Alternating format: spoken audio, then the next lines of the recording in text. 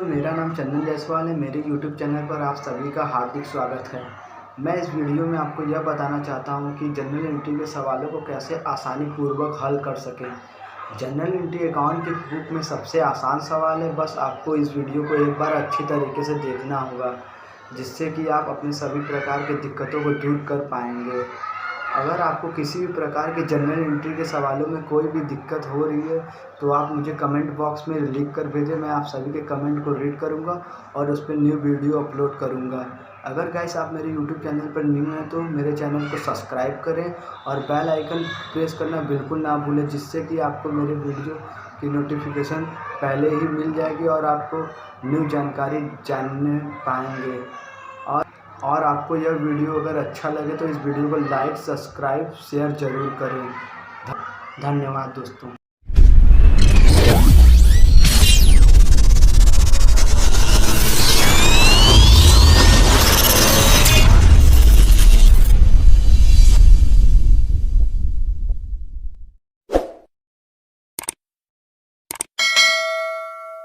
Entry के सवाल को हल करने से पहले आप सभी को डेबिट और क्रेडिट के रूल को पता होना अति आवश्यक है।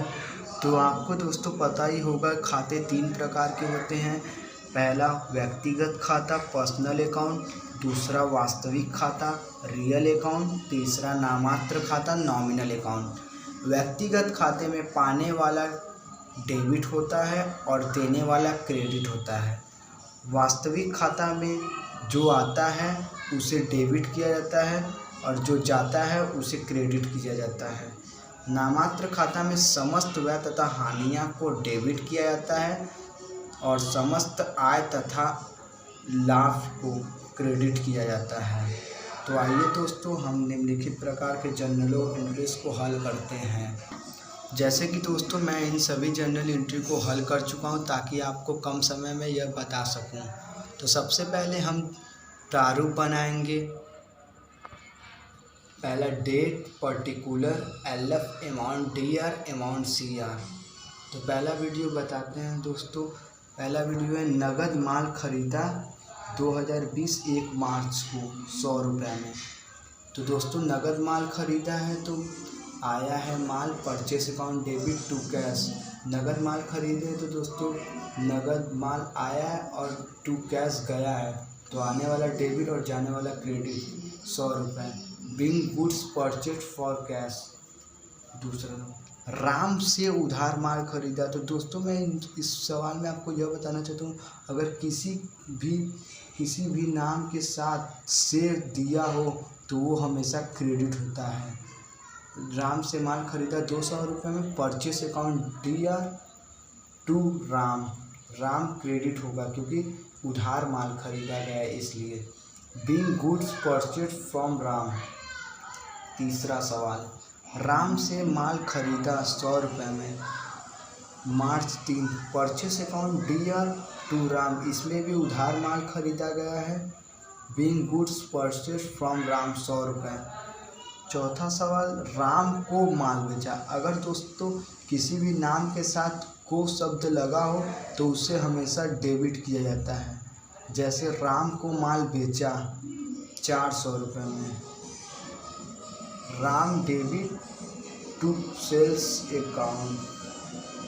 Being goods sold to Ram 400 रुपये। पाँचवा सवाल, नगद माल बेचा 500 रुपये में, cash account debit to sales account 500। दोस्तों नगद माल बेचा है तो कैश आया है और माल गया है, तो आने वाले को डेबिट, जाने वाले को क्रेडिट हम हमेशा जानते ही हैं। अब आइए छठवां सवाल लगाते हैं। व्यापार प्रारंभ किया 5000। तो दोस्तों व्यापार प्रारंभ किया है तो cash account debit to capital account. व्यापार आरंभ किया, cash account debit to capital account 5000 being business started. सातवां सवाल हल करते हैं दोस्तों। गुप्ता से बीजक प्राप्त किया 1000। Purchase account debit to Gupta 1000। दोस्तों अगर हम बीजक प्राप्त करेंगे तो बीजक माल जो खरीदता है उस खरीदते हैं तो ही बीजक मिलता है, तो उसे हमेशा परचेस किया जाता है बीजक को। तो बीजक परचेस किया जाता है, तो purchase account debit to Gupta 1000, being goods purchase from Gupta. 8वां सवाल, तो दोस्तों राम को माल लौटाया 300 रुपये में। तो दोस्तों राम को माल लौटाया है, तो राम से कोई व्यक्ति माल को ख़रीदा होगा, इसीलिए राम को लौटा रहा है। तो Ram debit to purchase return account 300 रुपये, being goods return to Ram. 9वां सवाल, अमन को नगद माल बेचा। अमन को नगद माल बेचा है 400 रुपये में। तो दोस्तों नगद माल बेचा, तो नगद माल बेचेंगे तो कैश आएगा और माल जाएगा to sales, cash account debit to sales account 400 रुपये, being goods sold to Aman for cash. 10वां सवाल, अमन को बीजक भेजा। अमन को बीजक भेजा 800 रुपये का। तो Aman debit to sales account, being goods sold to Aman 800 रुपये, बीजक भेजा है।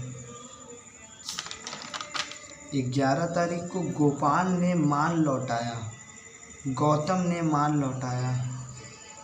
गौतम ने माल लौटाया है दोस्तों, तो गौतम ने माल लौटाया 700 रुपये का। गौतम ने माल लौटाया। गौतम को किसी व्यक्ति ने माल बेचा था, तो गौतम ने बेचे हुए माल को वापस किया है, तो sales return account DR to Gautam 700 रुपये, 700 रुपये, being goods return by Gautam. 12वां सवाल दोस्तों, फर्नीचर खरीदा 400 रुपये में। तो दोस्तों फर्नीचर हमारी संपत्ति है, एसेट्स है, तो एसेट्स को हम डेबिट करते हैं।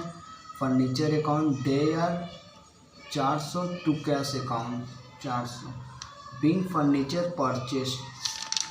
13 तारीख को मशीन बेचा 200 रुपये में।